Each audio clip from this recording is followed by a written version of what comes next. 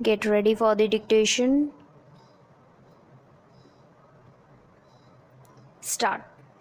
So, I would like to make a few observations so that the Honorable Minister will make a note about the way in which these institutions are being run.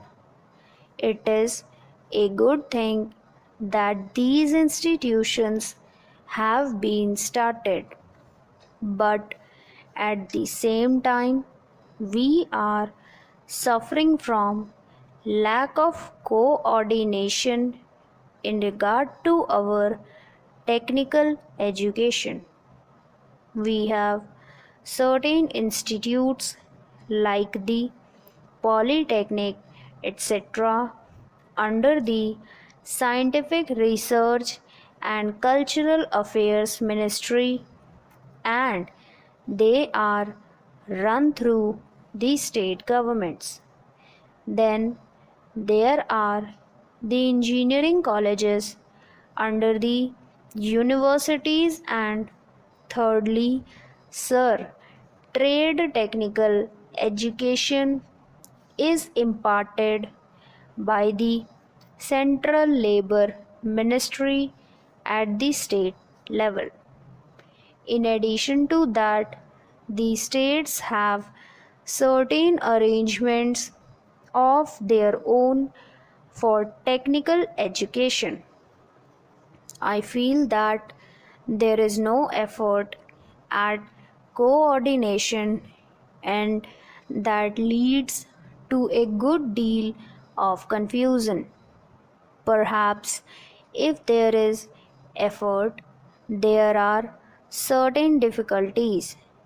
I hope the Honorable Minister will tell us about that.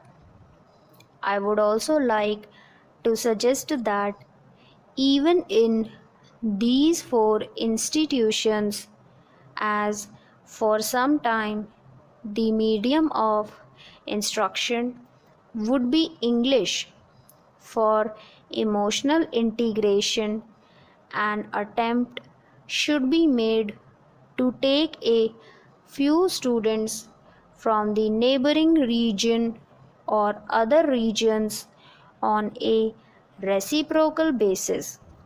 Otherwise, these institutes will themselves be developing, as was hinted by the previous speaker, some regional consciousness.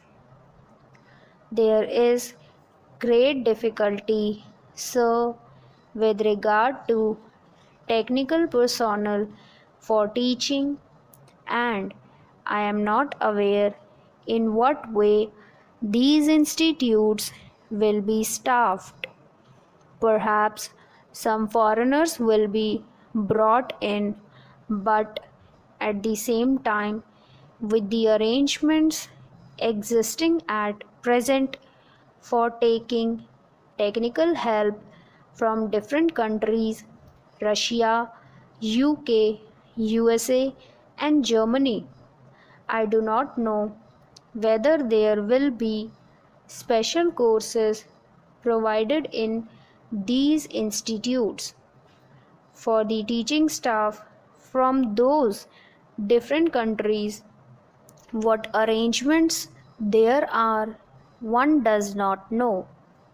In the present arrangement for teaching, I should have liked to mention the fifth arrangement for teaching at present provided through the various industrial concerns like Bhilai, Rourkela, etc. All these big concerns have their big technical schools, and they take their students for postgraduate work as also for research work. What will therefore happen with regard to the standard is a question. So, we are not at all sure in our country about the correct use of terms. I would, for instance, mention here the word polytechnic. They have one school, and even if there is arrangement for starting another subject, no effort is made, and no sooner they feel they should give guarantee of some sort of technical education without proper inquiries with regard to the possibilities for employment and the various mineral resources, etc., and the basic education that should enable the students to enter the polytechnics, to have the training where it is available. These polytechnics are started. Similarly, there is some confusion about the use of the word university. We have the Roorkee University for one subject, which is engineering. So it seems there is going to be one university for one faculty. We have one music university also in Madhya Pradesh. We are going to start, I am told, perhaps a university only for agriculture. So, if these institutes are there, which term seems to be really the appropriate word in place of these one faculty universities, I think the Honorable Minister should take the initiative in determining what should be the exact connotation of these terms. Otherwise, one day, as was pointed out, there will be perfect confusion. There comes also the question of the recognition of the degree given by these institutes. Of course, if the training with the special facilities available and the specially recruited staff available is of a high standard, naturally people would be very anxious to recruit the people who have passed out from there. In the beginning, there will not be any trouble with regard to making use of the graduates turned out from there. But the question of recognition has to be decided on certain principles, and those principles should be laid down and followed from the beginning. Now, I would like also to mention the question about scholarships.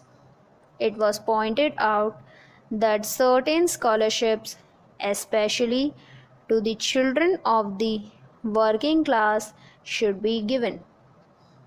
I would like to point out here that there is already provision for that, and it is not something new. What I would like to stress is that scholarships should be in larger numbers. These scholarships do not seem to be adequate for the rising standard of living and the cost of living. The scholarships that are given do not meet half the need.